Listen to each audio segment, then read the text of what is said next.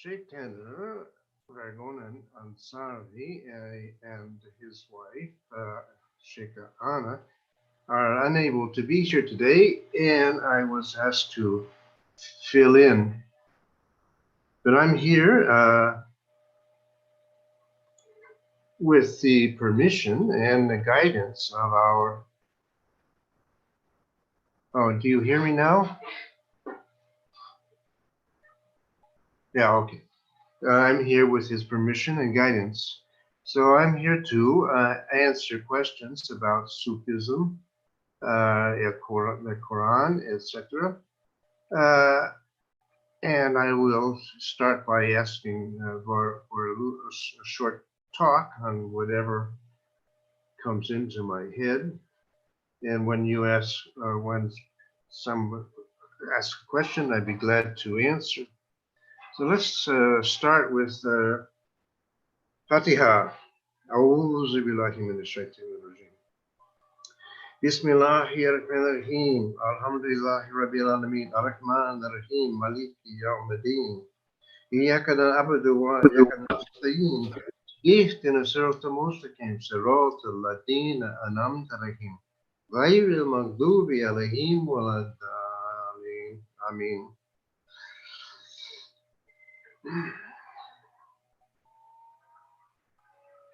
When I was first I'm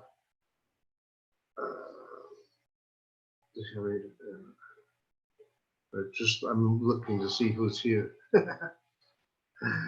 When I was first received Baya initiation from Sheikh Tanner, it was in Napa, California, in the back room of his pizza restaurant. And after group Zikr and Bayat, Shaykh said to me,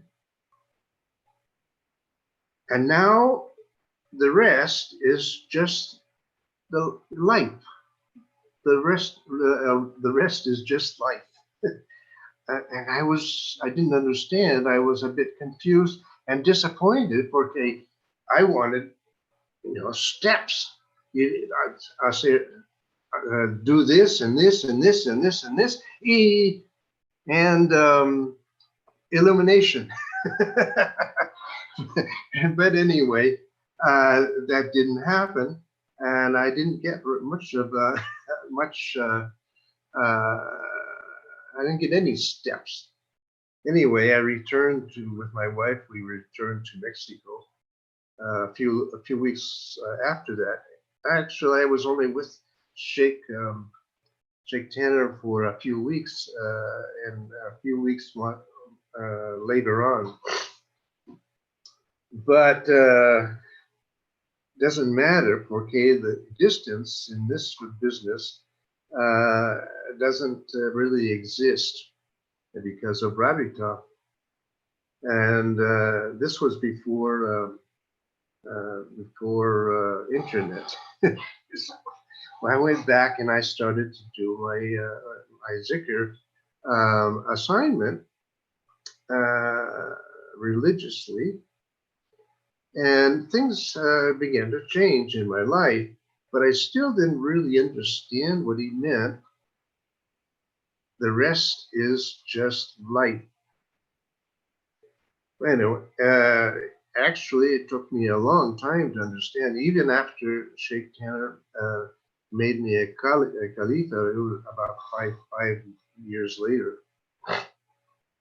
But with time, I began to understand and take advantage of that advice.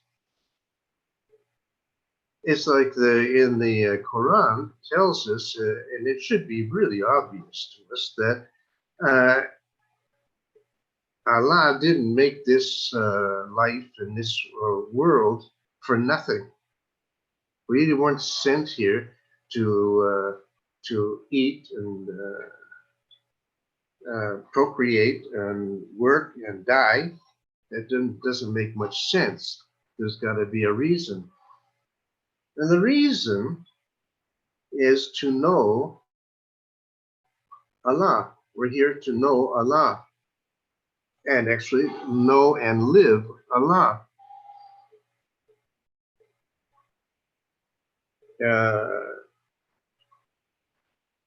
Also in the Quran, it says that the idea of monkery, or just to be a monk, is an indention in the Quran. Excuse me. I'm, I have to change gears to English. So anyway, says that to be a monk is not our way in Islam. And it's understood by most Muslims that that means we have to get married, which is not really the reason, the actual meaning of that. What it means is that we don't hide in caves or in monasteries, that we have to get out and live in this world because the world is the way. The world is the way. Now, what does that mean? It means, of course, that we have to come to see Allah in everything. Allah is in everything. But we have to, to understand that, we have to also understand what Allah is. Obviously, Allah isn't some some old guy sitting up on a cloud somewhere, meting out punishment and rewards. So the way I can understand it is like this.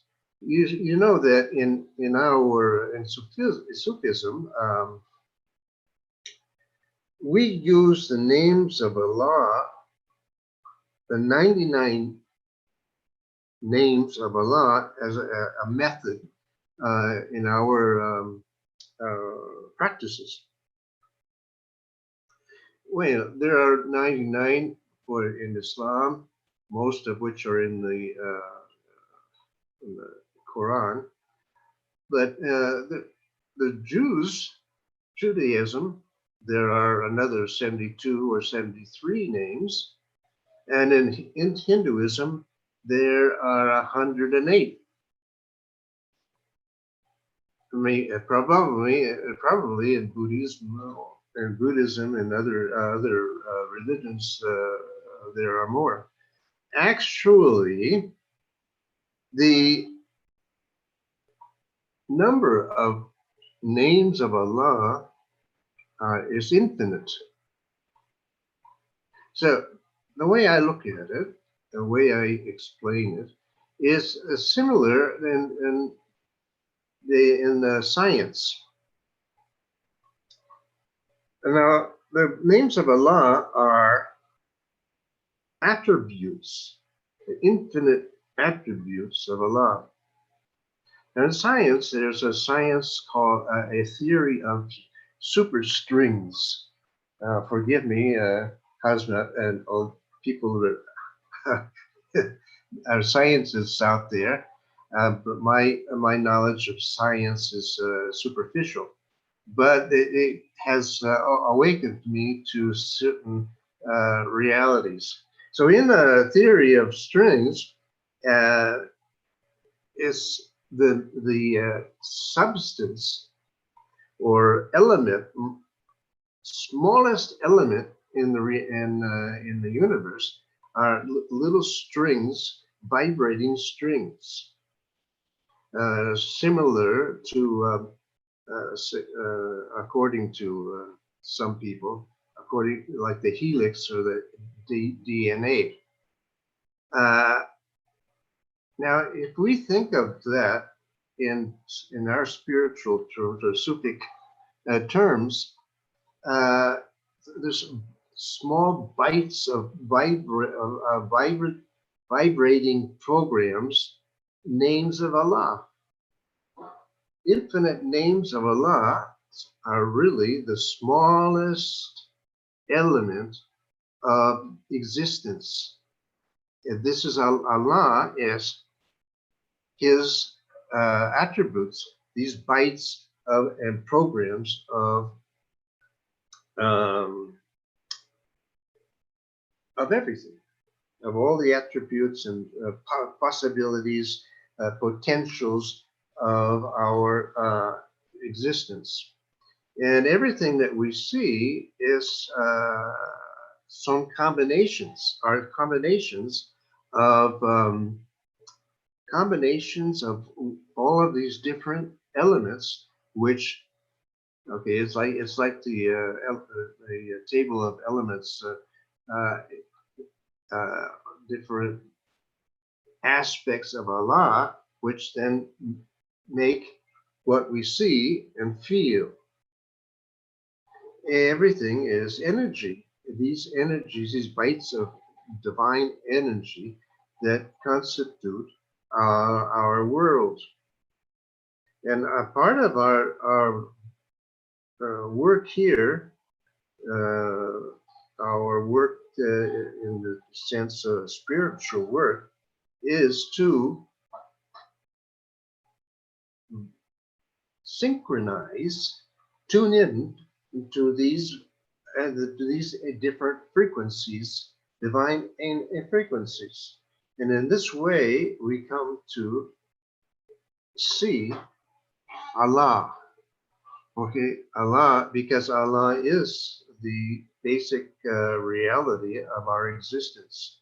Allah is the intelligent, conscious reality of our existence.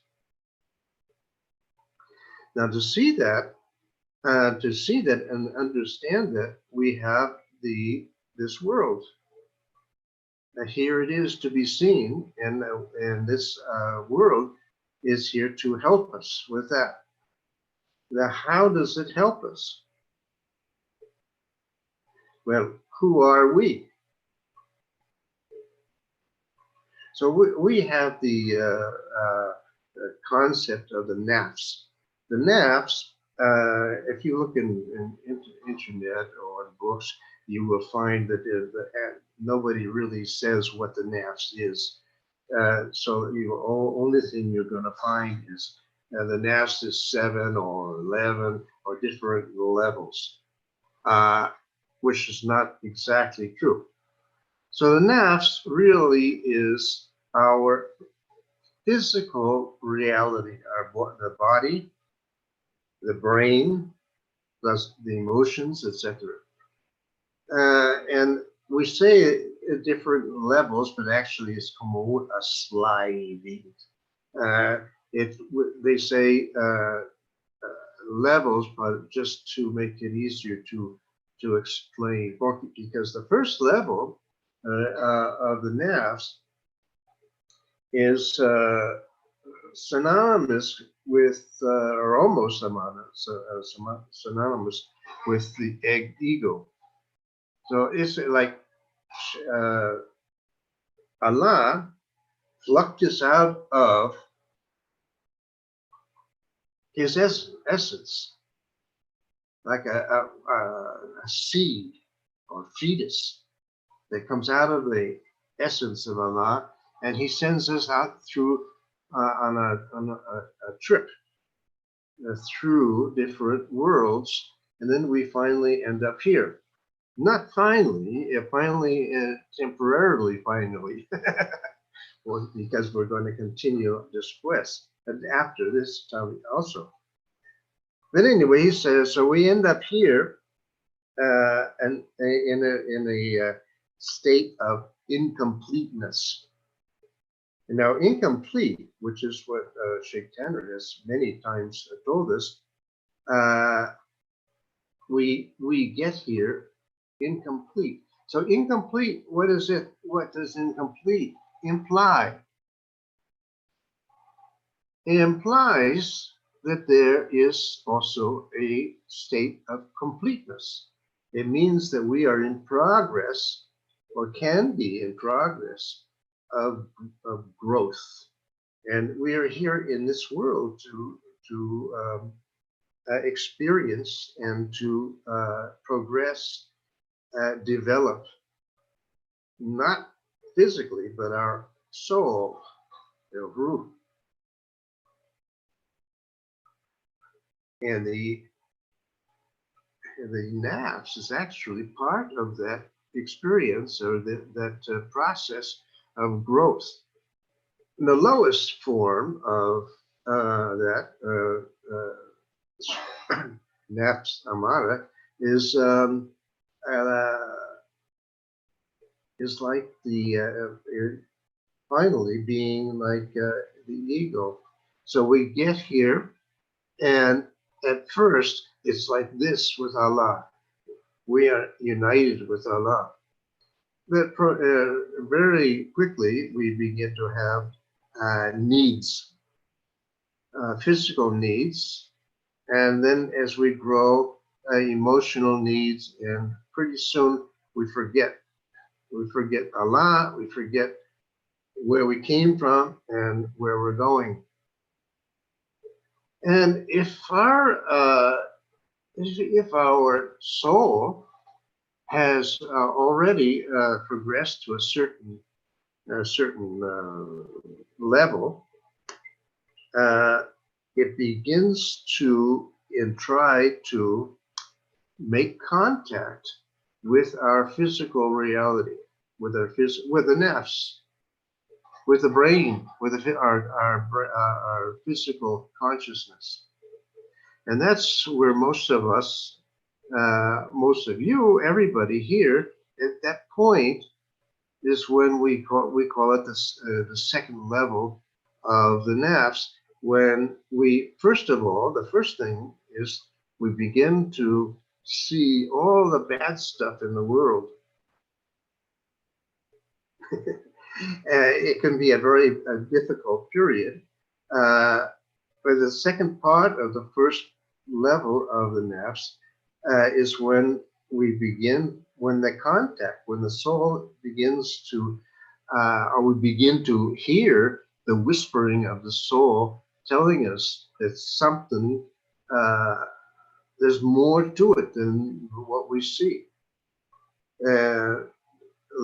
What I mean is that all of us here are probably in that level or higher, moving toward a different reality, a vision, an inner vision. At first, we say, what's going on? What is God? What is this life? What am I doing here? And in many cases, the person can be irritated, confused. It's a very difficult period when we start to look for Allah, look for meaning. Okay, look for meaning.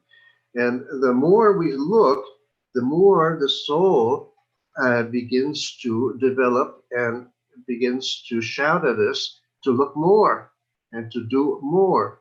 So at first we might join different religions,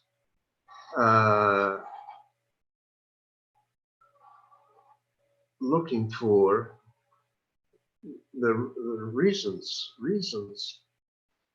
And we find, most of us find that the formal religions just don't fill the need that we feel inside of us. And we keep on looking and looking and looking and looking and making mistakes and going in the wrong direction, etc., etc., etc. Is for it, and that's for me. It took 40 years to find to meet Sheikh Tanner and Sufism. Well, I found a lot of different Sufisms before I found Sheikh Tanner. But you'll find that the reality is that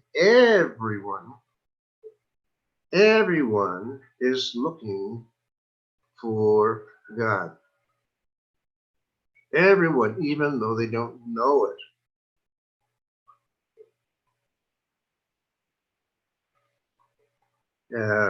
And so it is that we, in our, remember that Allah created everyone from one soul. That's what it says in the Quran. He says, everyone was created. We are all one, all together, connected. And that is why we have to be more tolerant or understanding. Tolerant is not a good word because it implies that I'm better than you and I'm tolerating you. But understanding that we are all on the same path. The difference is that we all are in different levels of development. And so it is that people who are in well, we can say strange sects and religions and etc. etc. Are really on the path at a different level of understanding. When a person is on a certain level, his soul, he's still looking for, and he understands, even unconsciously, he understands that we are not independent, that we need Allah, we need God. And so even if he's on the wrong path, he's specifically, in the end, he's on the way.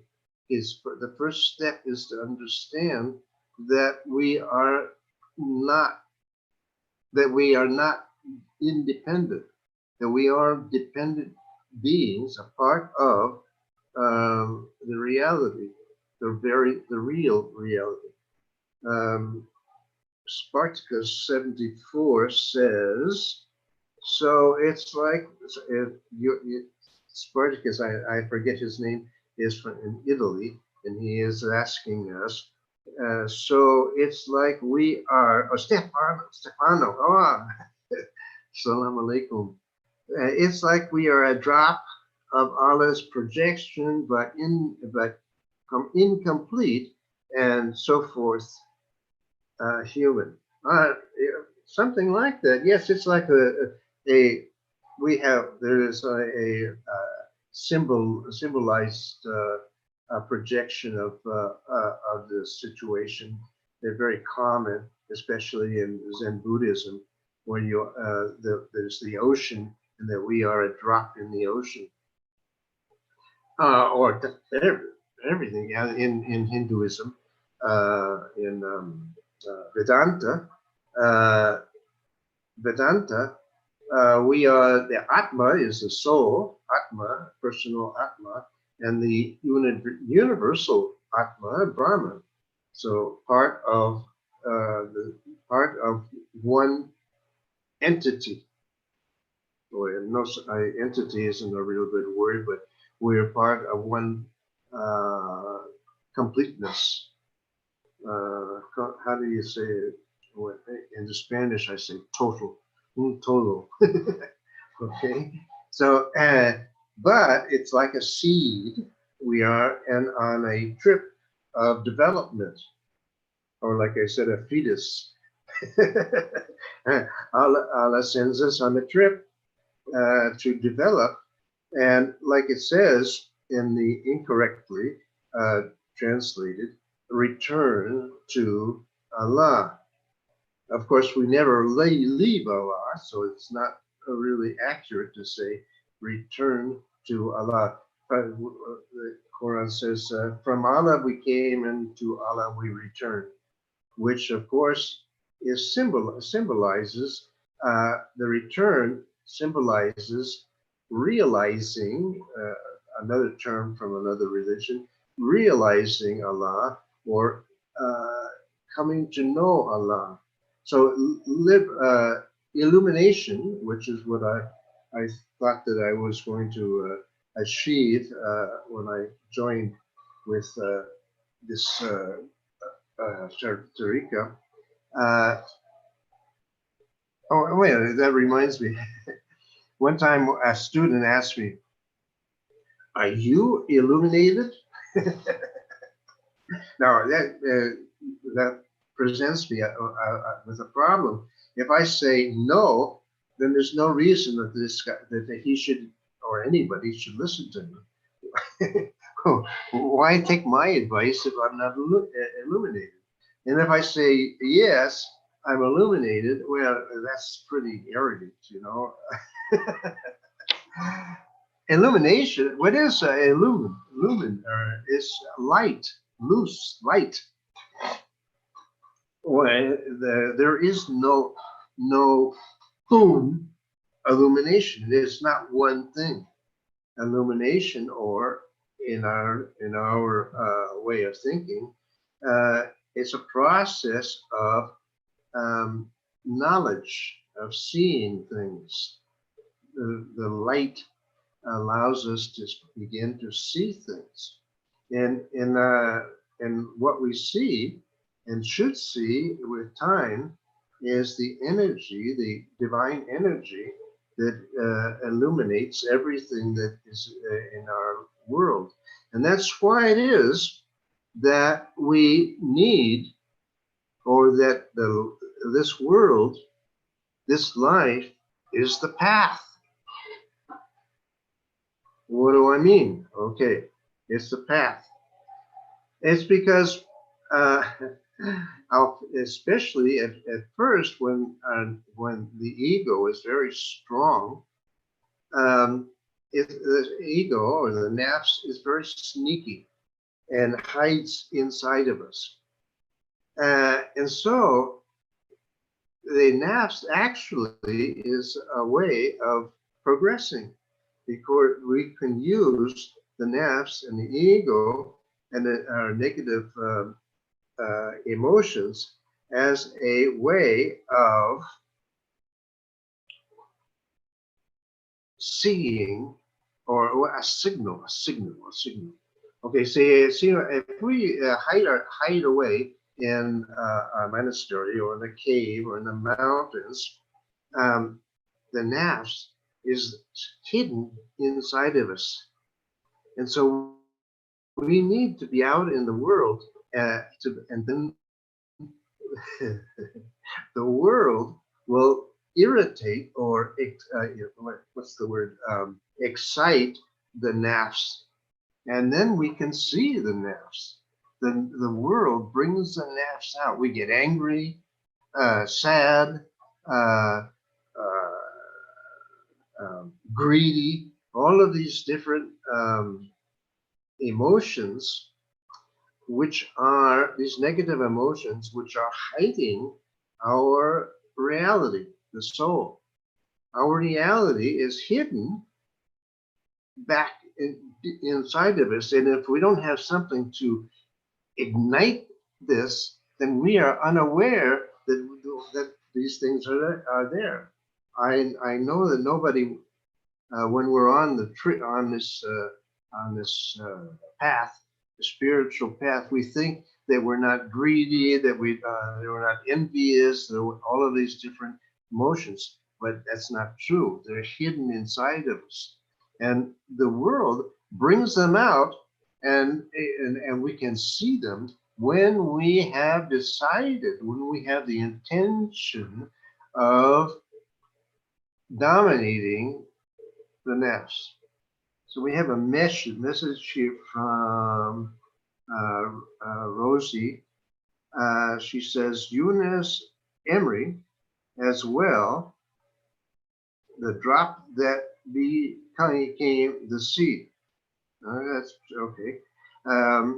And Rubina says, how does one respond to a child who asks, whose religion is correct?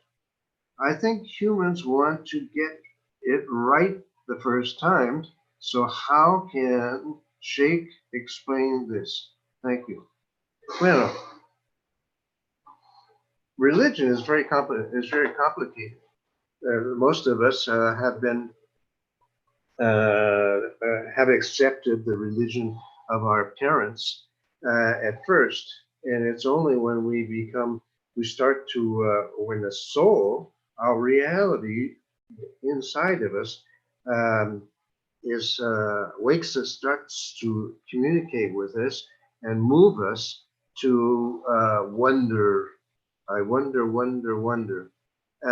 What's this and what's that? And then we start our own search. Some of us were lucky to live in I raised in San Francisco, California, and the people from all over the world in every kind of group you can imagine. And I had the advantage of being able to search. My father was a Jew, my mother a Christian, but my father took us to an ashram, a group called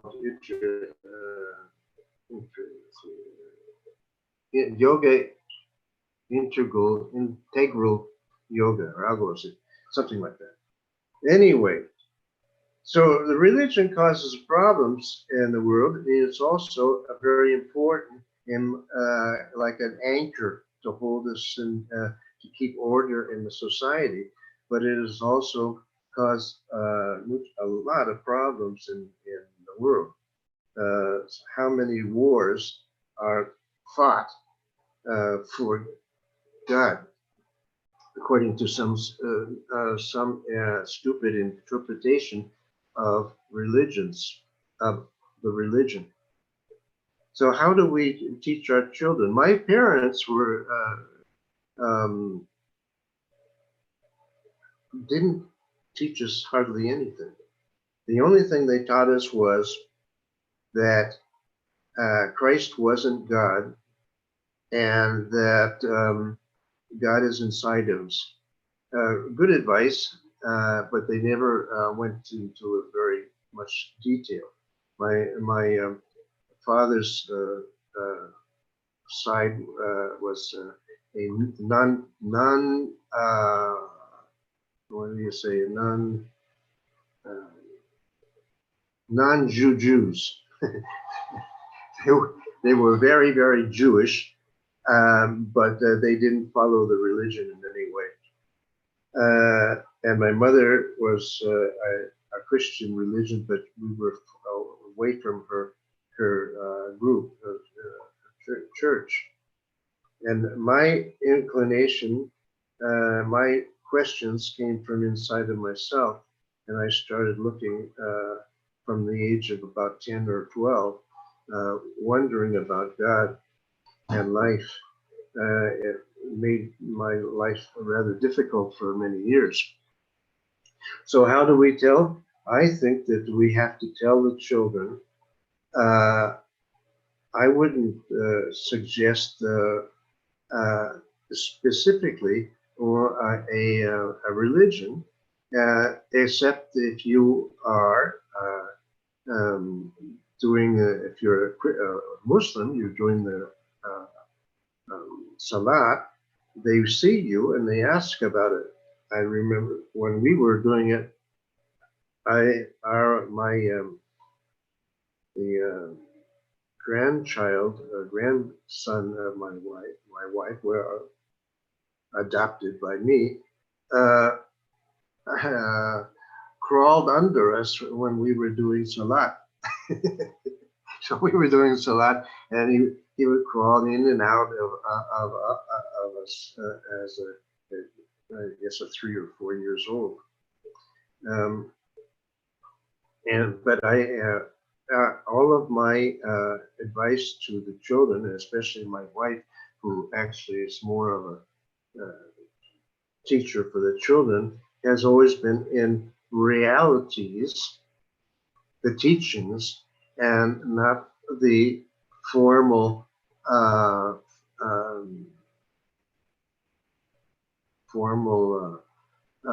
outer appearance of the religion. Of course, it's very difficult for us here in Mexico, which is about 90% Catholic, and 10 or 15%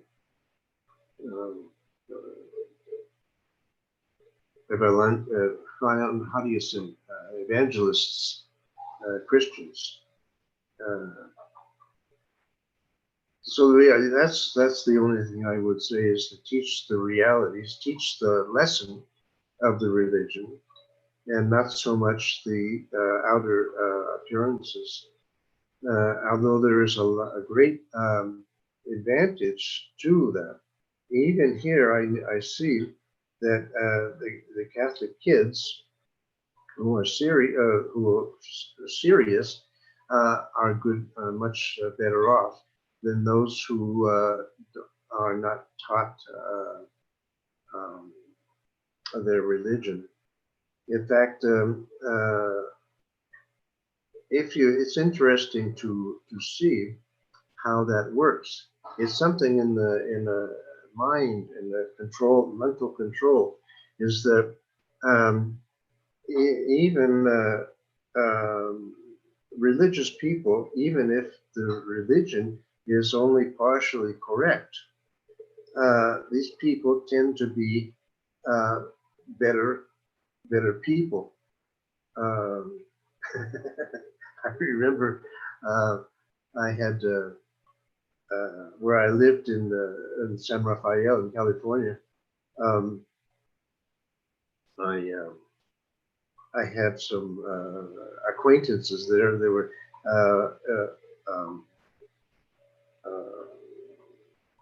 what are they called? Jehovah's Witnesses. Jehovah's Witnesses. Okay, and I don't want to criticize religions, but it's pretty far off reality, the religion, but the people are incredibly good people. And so religion has this a double reality. It can be a really destructive element in society, and it can also be like an anchor that holds people's life together. And so I was with my kids in the United States. It was very difficult because at that time I was involved in another spiritual group, and I didn't know what to teach the kids at all. I was as confused as anybody else. But here we are in this case, of course, is Rudina is part of our Tariqa. So we know what the right teachings are to teach. The problem is that our religion, the religion that we see in the mosque, the masjid, is not the religion of our Prophet sallallahu alaihi wasallam. So we are faced with a very difficult problem. I remember when I was here during the first period that I was here, I was talking to Sheikh Tanner on the phone, and I said, "There are no Muslims here," and he said, "Lucky you." So we're faced with a lot of questions here. Another question here: just as weights develop muscles, so nafs is the resistance that can be used to develop self. That's pretty good. That's Isra Jafi. That's a good way of looking at it. Yes, the nafs, or in this case, we're talking about what's it called? Negative emotions. Okay, hate, greed, envy, etc., etc., etc. These things, of course, are really negative and destructive in our lives. But they're also, if we make up our minds to uh, develop as real human beings and and with the objective to know Allah, these becomes uh, signals or ayats. Okay, we say with everything in our life in this world affects us in one way or another. You see something and know it, even if you don't know it, you're not conscious of it. That something is going to um, ignite something in us, an emotion, and the emotion ignites uh, movement. Remember that emotions, no important, not no, regardless of where it comes from, manifests in our body sensations. Every emotion, especially negative emotions, have a sensation, a specific a sensation in the body. Anger, greed, uh, um, uh, sadness, and all of these different emotions. If you attune yourself to your body, to the body, the life is the path, and the body is the path. You attune yourself to your body, you can feel a specific sensation in your body for these negative emotions, and that gives you a clue to what you have to do. You have to end it. So it has physical or practical reason, practical uses. When a person, we all, if you get angry, we have to fight our anger, our anger. And the method to do it is that, exactly that. You decide that you don't want to, you want to dominate your anger. When you get angry, your body will have certain vibrations, sensations, and you can feel the chemicals from anger flowing through your body. And if you have this intention in you to dominate that your anger, you then look at your say your arm in this, and you see, and you can feel this fluid, chemicals of I don't know if they really are chemicals, but this fluid, fluid. Well, it's the anger flowing through your arm or your body, and immediately taking note of that, the anger subsides. It's the same with any of the emotions. Greed is something that we very common that we don't even notice that is in us. When we see something, and oops, I want that. Something inside us. It's this attachment to things. It, um, what erupts in our body, and we can feel it, and then that's our clue or our signal to work on that, to rid ourselves of these attachments. These attachments, especially the negative emotions, are like a barrier which separate us from our reality, from the soul. And we have, that's our basic principle, main work that we have to do constantly. And that's why I don't know if I was talking about this last week or not.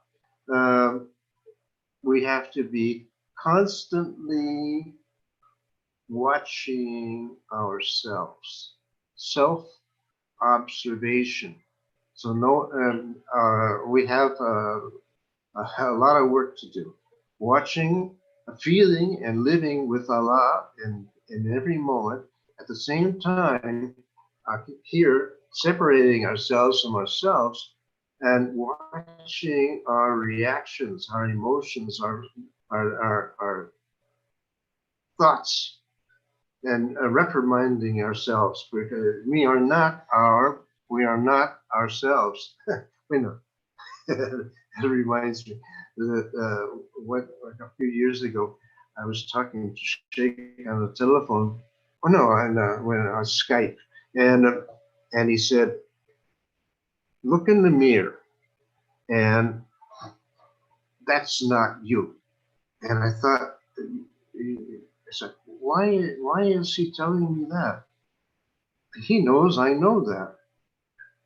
But what he is a clue to me that it was something that I had to start teaching, and I taught, and that began a long series of things that I wrote to my students about watching self observation, the way Sheikh Tanner described it is living in the third person, like a writer, or you write is the first person and the third person.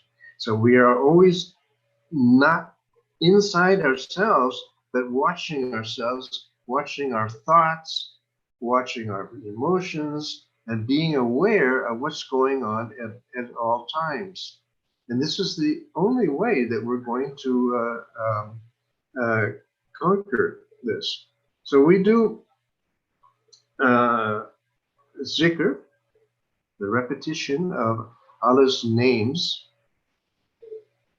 are not only in our daily assignment, but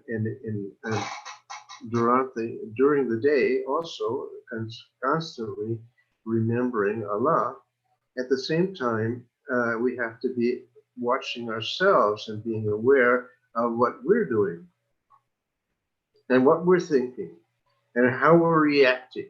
Remember that it's not what happens to us, it's how we react to what happens that is going to help us to move forward and to progress and to know Allah. And I will tell you that with a lot of with work, that everything changes.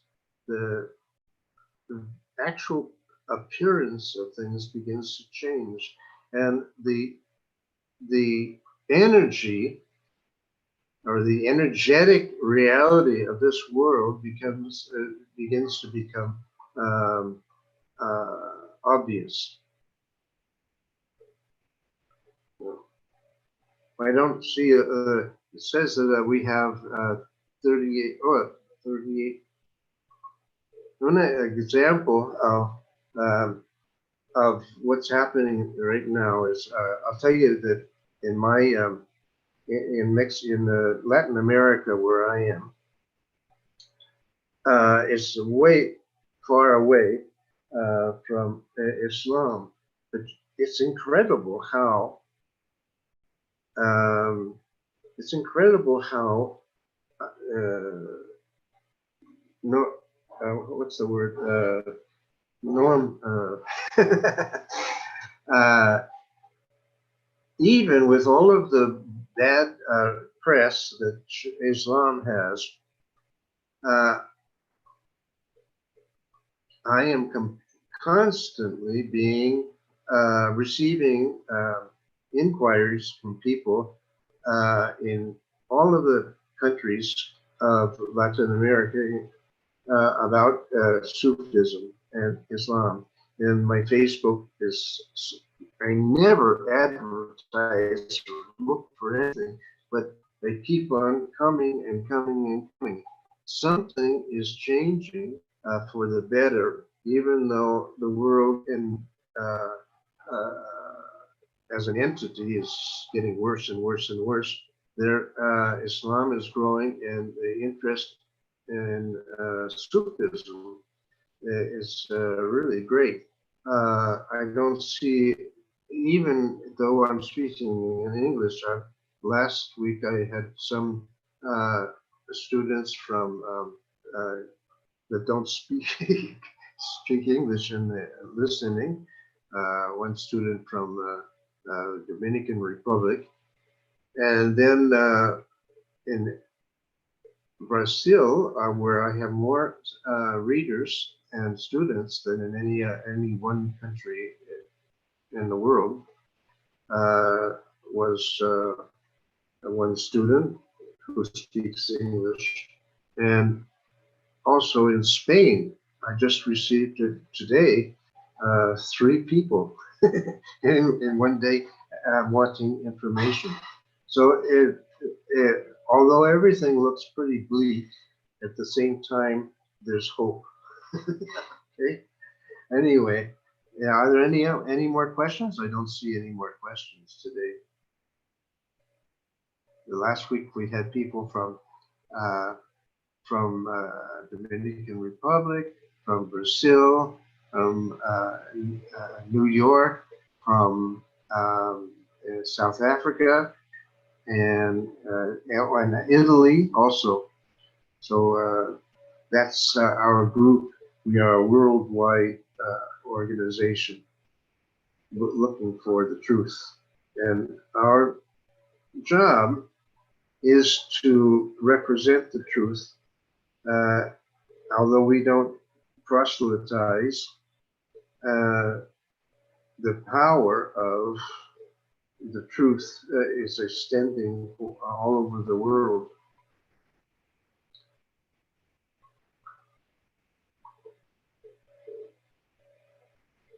Well, I'm going to leave it at that unless there's any more questions.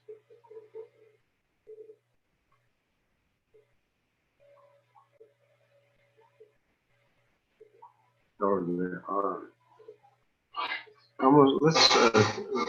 Let's do Fatiha one more time, and then we will say goodbye. أعوذ بالله من الشيطان الرجيم بسم الله الرحمن الرحيم الحمد لله رب العالمين الرحمن الرحيم مالك يوم الدين إياك نعبد وإياك نستعين اهدنا الصراط المستقيم صراط الذين أنعمت عليهم غير المغضوب عليهم ولا الضالين آمين.